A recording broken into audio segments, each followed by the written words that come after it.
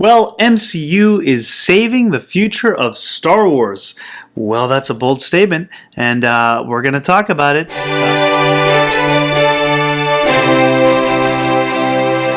Guys, if you haven't subscribed to the channel, please do so, and give the video a thumbs up if you did like it. But of course, watch all of it first.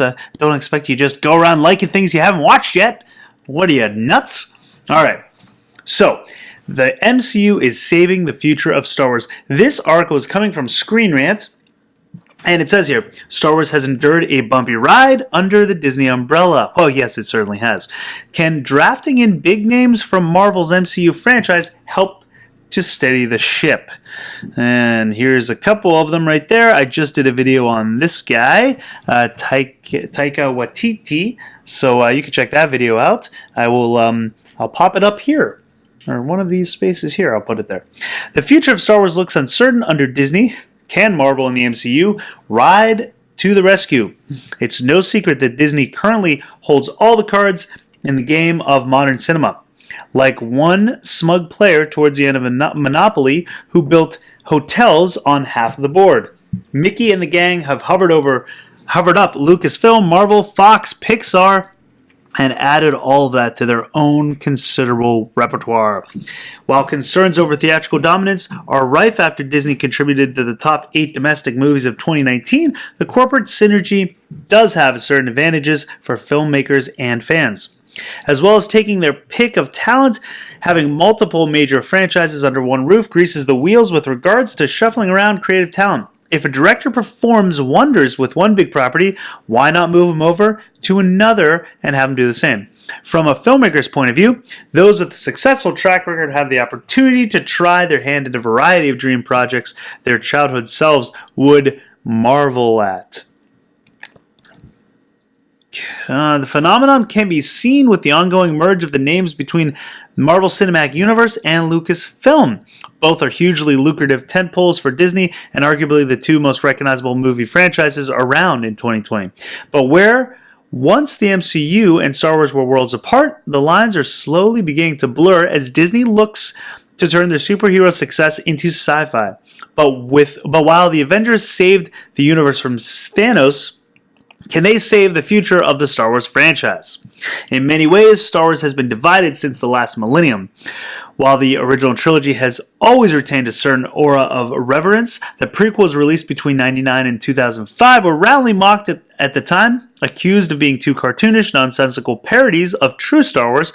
While George Lucas was a pariah for some during this period, the Star Wars expanded universe might have made up for any big screen shortcomings. Yes, it did well, and it also would have made up for a lot of the dismay in these current movies if they had just gone with it and created movies based off the EU, but that's another story. Lucasfilm's fortunes seemed to improve initially after being purchased by Disney, with both The Force Awakens, Rogue One, A Star Wars Story proving critically and commercially successful. Then the troubles began. Then the dark times. The Last Jedi split the Star Wars fandom drastically down the middle, some praising Rian Johnson's bold new direction, and others hating the drastic departure from the traditional Star Wars format. As the debate continued to rage over the middle installment of the sequel trilogy, Disney released their first real Star Wars dud with Solo, a Star Wars flop, the failure of which forced plans for further movie spin-offs to be reevaluated. The Rise of Skywalker offered a final chance to reunite the fandom, but only served to stir more partisan division. The finale undid much of The Last Jedi and was widely criticized for its frantic pacing and erratic plot twists. Since The Rise of Skywalker's release, various reports have claimed the film was butchered in post-production and altered drastically from J.J. Abrams' original plan. Making matters worse, Colin Trevorrow's alleged plan for Star Wars 9 has found its way online, and under the title Duel of the Fates, it's a clear improvement from the eventual product. Away from the big screen, there is even more mixed feelings. On one hand, removing the EU from official canon remains a contentious issue for many, but The Mandalorian live-action TV series has been widely hailed as an instant classic. Well, instant classic might be extreme, but it's definitely very good. It's a step in the right direction for sure. What will concern Disney more than their divided Star Wars fandom, however, is the fact that The Rise of Skywalker has not performed strongly as the previous two films. Love it or hate it, the Star Wars franchise is showing a financial decline. With more movies on the horizon, Disney will be desperate to halt the slide. Enter Kevin Feige here. Even before the backlash of the Star Wars Rise of Skywalker began, it seemed Lucasfilm had recognized a need to course correct in the future of their product. This became apparent with the stunning revelation that none other than MCU's chief mastermind Kevin Feige would be overseeing a future Star Wars movie release.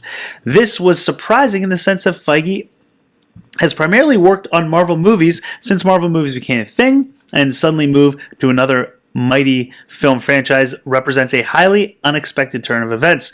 This announcement was especially surprising as it came in the middle of the tug-of-war battle between Marvel and Sony over Spider-Man.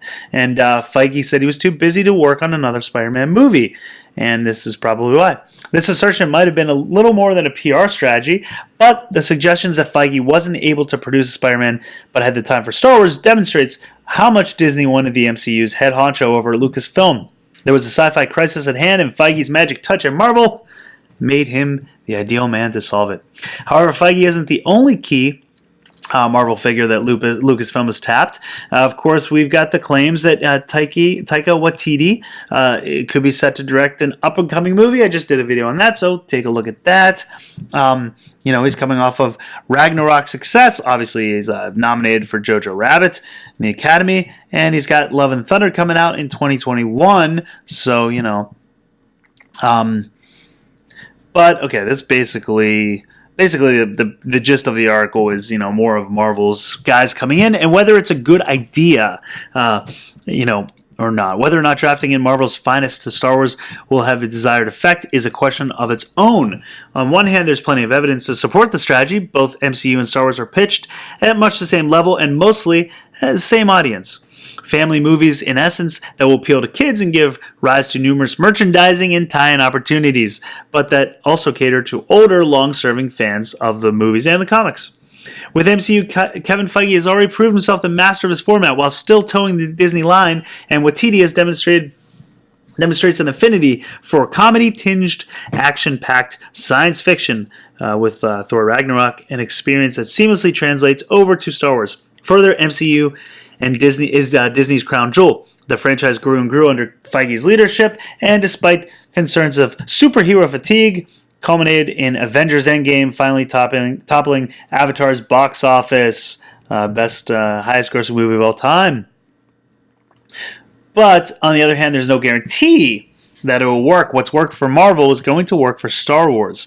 Feige has proved to be an expert in taking characters and arcs from comic books and translating them into modern cinematic audiences, but Star Wars presents different challenges. Many of Star Wars trilogy's divisive elements derive from how the audience expected characters and story arcs to develop. For example, whether Luke really abandoned the Resistance, or whether he would. Rey, should she have ever kissed Kylo Ren, a mass murderer? No, of course not.